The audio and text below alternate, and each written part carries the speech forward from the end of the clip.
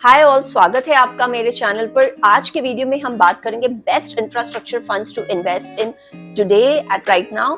इतने सारे मैंने वीडियोस बनाए हैं इंफ्रास्ट्रक्चर फंड्स के ऊपर, तो how as an investor will you choose which of the one is best for you. तो इस वीडियो में हम वही सारी बातें करेंगे, इंफ्रास्ट्रक्चर पे क्या काम हो रहा है, कैसे काम हो रहा है, किस टाइप की कंपनीज बेनिफिट करेगी, कौन से फंड्स अच्छा कर रहे हैं, उनके सारे एस्पेक्ट्स हम देखेंगे। हर एक डायमेंशन पर फंड्स को हम जज करेंगे कि कौन सा फंड बेटर निखर के आता है, उभर के आता है इस पर्टिकुलर एरिया में और इन्वेस्टर्स के लिए, ताकि इन्वेस्टर्स को एक इन्वेस्टमेंट डिसीजन लेने में आसानी हो सके। जी हाँ, याद रखिए, मैं पूरा आपको हिस्ट्री ज्योग्राफी नहीं करूंगी इस वीडियो में, लेकिन फंड के जो मेजर पॉइंटर्स है हम उस पर फोकस करेंगे, ताकि as an investor it is easy on your part, बहुत कन्वीनियंट हो आपके लिए to make an informed decision. तो इस वीडियो में हम बात करेंगे 3 बेस्ट इंफ्रास्ट्रक्चर फंड के बारे में, और आप बने रहिएगा till the end of the video, क्योंकि तब हम और 3 और फंड्स के बारे में बात करेंगे which are also doing well in my view. तो मैं आशा करती हूँ आप मेरे साथ बने रहेंगे till the end of the video. तो आइए शुरू करते हैं, best infrastructure fund that you can buy now and why. तो इंफ्रास्ट्रक्चर एक बहुत बड़ा थीम है आज के दिन हमारे देश में जो प्ले कर रहा है, और जैसे हम हमेशा देखते हैं, कोई भी आप चाहे मेजर सिटीज हो या टियर 2 टाउन से, काफी सारा अब हमको इम्प्रूवमेंट दिखता है when we talk about the overall ecosystem infrastructure में। तो जी हाँ, रोड्स अच्छे हो गए हैं, फैसिलिटीज बेटर हो रही है, ट्रेन्स की बात करें, हाईवेज की बात करें, या फिर अब कुछ भी आप देखें, इतने सारे एक्सप्रेसवेज बन गए हैं, इतना सारा प्रोजेक्ट्स बन रहे हैं, इतने फैक्ट्रीज पे काम हो रहा है। तो काफी government is focusing on infrastructure currently. और क्यों ऐसा? क्योंकि जब हमारे पैंडेमिक के टाइम पर जब हम काफी ढीले हो गए थे, तो ये टाइम पर गवर्नमेंट ने अपनी इकोनॉमी को किक स्टार्ट करने के लिए पोस्ट कोविड में काफी सारे इंफ्रास्ट्रक्चर फोकस्ड इन्वेस्टमेंट्स अनाउंस किए, ताकि हमारे जो इकोनॉमिक को है वो एक जंप स्टार्ट मिल सके, और इंडिया का जो फेस है it comes out like a global hub, global manufacturing hub, और it becomes like a global factory for the entire. ये ब्रॉड विजन के साथ हमारी कंट्री लगी हुई है, काम कर रही है। अगर हम पहले की स्टोरी देखें, क्योंकि ये जो डेवलपमेंट है ये काफी रिसेंट है हमारे जो देश में, ऑफ कोर्स कोविड के बाद जंप स्टार्ट हुई है। अगर हम लास्ट बूम की बात करें जो कि 2005 से 2008 के बीच हुई थी, तो उसमें भी काफी मेजर इंफ्रास्ट्रक्चर जो कंपनीज थी वो बस्ट हो गई थी। To name a few, we have HCC, Unitech, Lanco, JP Associates. तो काफी जो लोगों ने इस टाइप की कंपनीज में इन्वेस्ट कर रखा था, उनके पैसे पानी में गए, और उनसे उभर रहे हैं जीवीके और जीएमआर। तो जी हाँ, they are slowly recovering from the effects of the last cycle. तो इस तरह से आप देखें, इंफ्रास्ट्रक्चर का जो फेस है हमारे देश में, काफी उसमें बदलाव आया है from the past to the present. तो काफी मेरे जो व्यूअर्स हैं वो मुझसे नाराज भी रहते हैं, लेकिन I feel it is important, क्योंकि अगर हम कहीं भी पैसे डाल रहे हैं तो ओवरऑल स्टोरी जानना बहुत जरूरी है। नहीं तो फिर हमारा बेसिस क्या है इन्वेस्टमेंट का? तो अगर हमारे सब सारे लोग इतने इन्फॉर्म नहीं होते हैं, आई एम श्योर जो वीडियोस देख भी रहे हैं, काफी लोगों को आइडिया डेफिनेटली होती है, लेकिन इसीलिए मैं थोड़ा सा ये बैकग्राउंड देना पसंद करती हूँ, ताकि इन्वेस्टर्स को और भी एक सॉलिड ग्राउंड मिल सके अपनी स्टोरी को आगे बढ़ाने के लिए। अब तो इस तरह से गवर्नमेंट ऑफ इंडिया ने काफी प्रोग्राम्स भी लॉन्च किए हैं, जैसे कि नेशनल इंफ्रास्ट्रक्चर पाइपलाइन हो गया, मेक इन इंडिया हो गया, प्रोडक्शन लिंक्ड स्कीम हो गए। तो इस टाइप के काफी प्लान्स लॉन्च किए, ताकि हमारा जो इंफ्रास्ट्रक्चर धरोहर है वो मजबूत हो सके, हमारी प्रोडक्शन को बूस्ट मिल सके, इंडिया में मैन्युफैक्चरिंग बढ़ सके। इससे ना कि केवल एम्प्लॉयमेंट जनरेट होगा, डेवलपमेंट होगी, बल्कि हमारा जो एक्सपोर्ट और ट्रेड बिजनेस है वो भी बेटर होगा। तो जी हाँ, India plans to spend around USD 1.4 trillion dollars on national infrastructure pipeline in the next 5 years। तो इस टाइप के काफी सारे ऐसे प्रोग्राम्स हो रहे हैं, इन्वेस्टमेंट्स हो रहे हैं, जो कि हमारी इंफ्रास्ट्रक्चर स्टोरी को और मजबूत करती हैं और इनको टेलविंड्स देती हैं। रैपिड ग्रोथ इन अर्बनाइजेशन और जो हमारे ग्रीन एनर्जी ट्रांजिशन हो रहा है, ये मेजर टेलविंड्स है to play the infrastructure story in India. तो भाई, जब इतनी डेवलपमेंट हो रही है तो इन्वेस्टर्स कैसे इसका फायदा नहीं उठाए? तो जी हाँ, let's see what are the major infrastructure funds, best performing infrastructure funds in our view. तो इंफ्रास्ट्रक्चर फंड्स ने मैसिव ग्रोथ दिखाया है in the last 3 years with around 30 to 40% CAGR growth. तो जी हाँ, देखिए आप, रिसेंटली ही इस एरिया में ज्यादा ग्रोथ हुई है। जैसे हमने पोस्ट कोविड की बात की, तो 3 साल में इस सेक्टर ने 30 से 40% तक का हमको CAGR रिटर्न्स दिया है after a long period of under performing the Nifty. Performance is also set to continue. जैसे जैसे इस क्षेत्र में इन्वेस्टमेंट होगा, फोकस होगा, वैसे वैसे हमारा और भी इस एरिया में इन्वेस्टमेंट्स बढ़ता जाएगा। तो definitely this sector is poised to see more growth in the next 10 to 20 years। और अगर हम देखें तो आज के दिन हमारे देश में अराउंड 20 इंफ्रास्ट्रक्चर फंड्स है।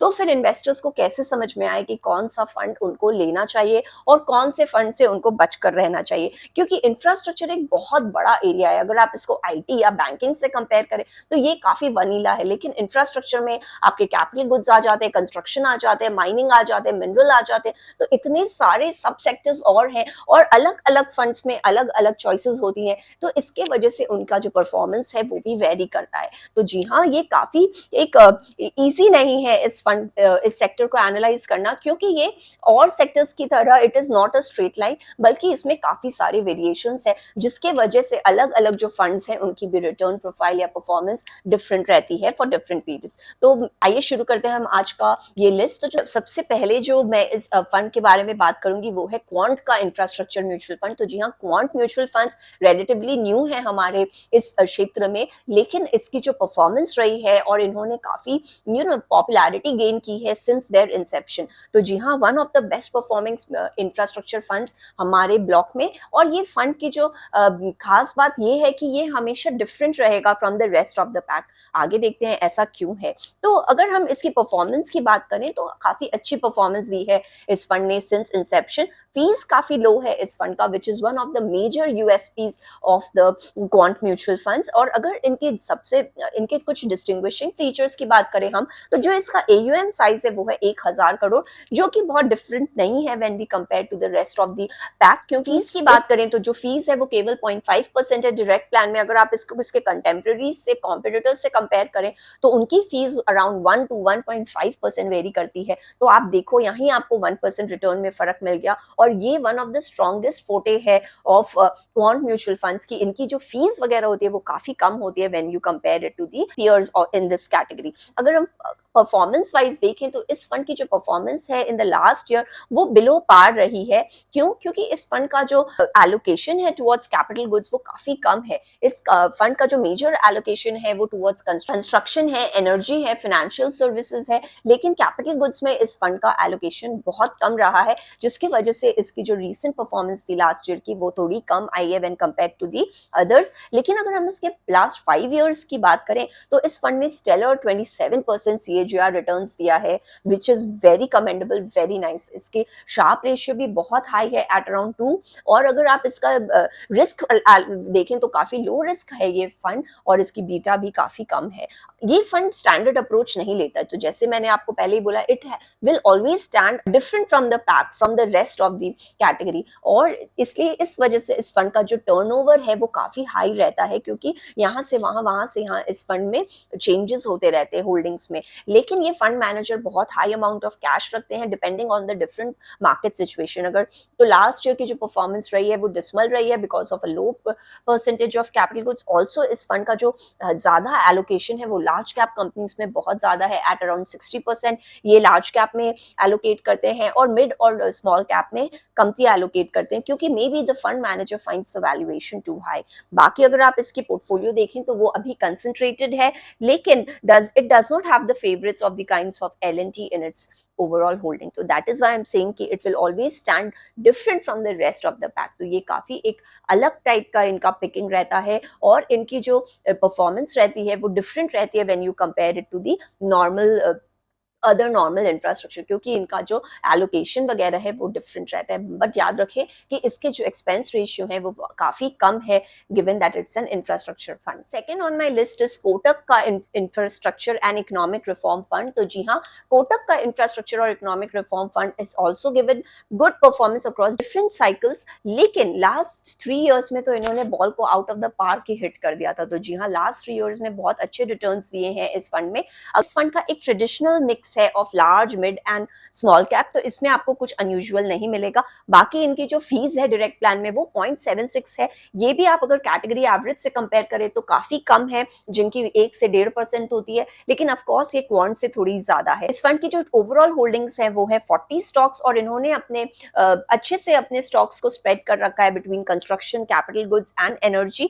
और इस फंड की जो अच्छी बात है वो ये है कि इन्होंने फाइनेंशियल सेक्टर्स पे कुछ भी फोकस नहीं किया है, कोई भी होल्डिंग नहीं है, क्योंकि मुझे हर बार लगता है कि इंफ्रास्ट्रक्चर फंड्स में फाइनेंशियल की एक्सपोजर क्यों चाहिए, लेकिन most of the infrastructure funds have some portion, some exposure towards the financial sector, but Kotak का infrastructure economic reform has no exposure in the financial sector.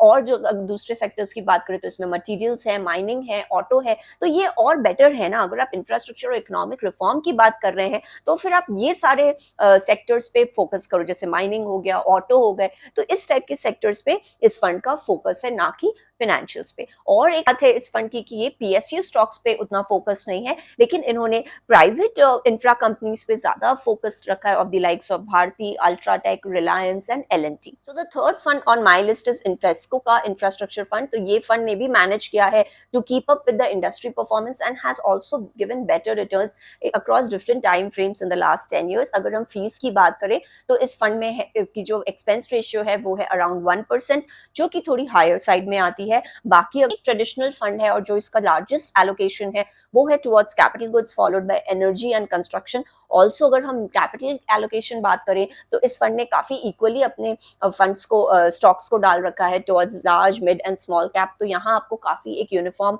इनका एलोकेशन दिखेगा। और अगर हम बात करें तो इस फंड में फाइनेंशियल एक्सपोजर है, लेकिन it is not very large. तो जी हाँ, इस फंड में भी थोड़ा फाइनेंशियल स्टॉक्स पे एक्सपोजर डाला है। इस फंड का टर्नओवर लेकिन कम है, which is a good point. Also की जो फोकस है वो पीएसयू स्टॉक्स पर भी बहुत है, जो कि एक रिस्क हो सकता है for investors, because PSU generally do not perform well over the long term. तो अभी इनमें एक साइक्लिकल अपस्विंग आया है जिसका फायदा इन्वेस्टर्स उठा सकते हैं, बट यू नेवर नो, क्योंकि generally PSUs will not give you good performance in the long run. अगर आप दूसरे और फंड्स की बात करें जो इंफ्रास्ट्रक्चर सेक्टर में बेटर परफॉर्मिंग है, तो आप टाटा के इंफ्रा फंड को देख सकते हैं, एसबीआई के इंफ्रा फंड को देख सकते हैं, आईसीआईसीआई प्रू के इंफ्रा फंड को देख सकते हैं। इन सारे पर मैंने वीडियोस भी बनाए, अगर आप इंटरेस्टेड हैं तो आप प्लेलिस्ट को भी चेक कर सकते हैं। तो अगर आप बात करें ओवरऑल इंफ्रास्ट्रक्चर, तो इंफ्रास्ट्रक्चर का फ्यूचर काफी ब्राइट लग रहा है in the next 10 to 20 years, क्योंकि हमारे देश में बहुत काम हो रहा है और एक फोकस के साथ काम हो रहा है, जहां India is trying to come out as a strong country. और इसके लिए इसको अपनी इंफ्रास्ट्रक्चर भी स्ट्रॉन्ग करनी होगी। अगर हम अंदर मजबूत होंगे तभी हमारे बाहर परफॉर्मेंस अच्छी होगी। तो डेफिनेटली इंफ्रास्ट्रक्चर पे अच्छा काम हो रहा है, और अगर इन्वेस्टर्स चाहें तो वो इस थीम को प्ले कर सकते हैं through these funds which I have mentioned in the video. लेकिन याद रखें कि ज्यादा आप ज्यादा भी आप थीमेटिक फोकस्ड फंड्स को कॉन्सेंट्रेट ना करें अपने पोर्टफोलियो में, because they tend to be more volatile than the index. तो अगर आप एक न्यू इन्वेस्टर हैं तो फिर आप उतना ज्यादा एक्सपोजर ना रखें थीमेटिक फंड्स का। दीज फंड्स जो ज्यादा एक्सपीरियंस्ड इन्वेस्टर्स हैं, उनको जो साइकिल्स को टाइम कर सकते हैं, जो समझ सकते हैं खेला क्या हो रहा है, उनके लिए ये बेटर है to give larger allocation of such funds in their portfolio. So I hope you found my video interesting. अगर मेरा वीडियो पसंद आए तो प्लीज उसे लाइक करें, मेरे चैनल को सब्सक्राइब करें और दोबारा जरूर से आए। I hope to see you again. Subscribe करने के लिए नीचे जो ग्रीन ग्लोब दिख रहा है आप उस पर क्लिक कर सकते हैं। और भी इंफ्रास्ट्रक्चर म्यूचुअल फंड्स का रिव्यू अगर आप देखना चाहें तो ऊपर वाले प्लेलिस्ट पे क्लिक कर सकते हैं। मैं आशा करती हूँ आपका दिन शुभ हो। Thank you.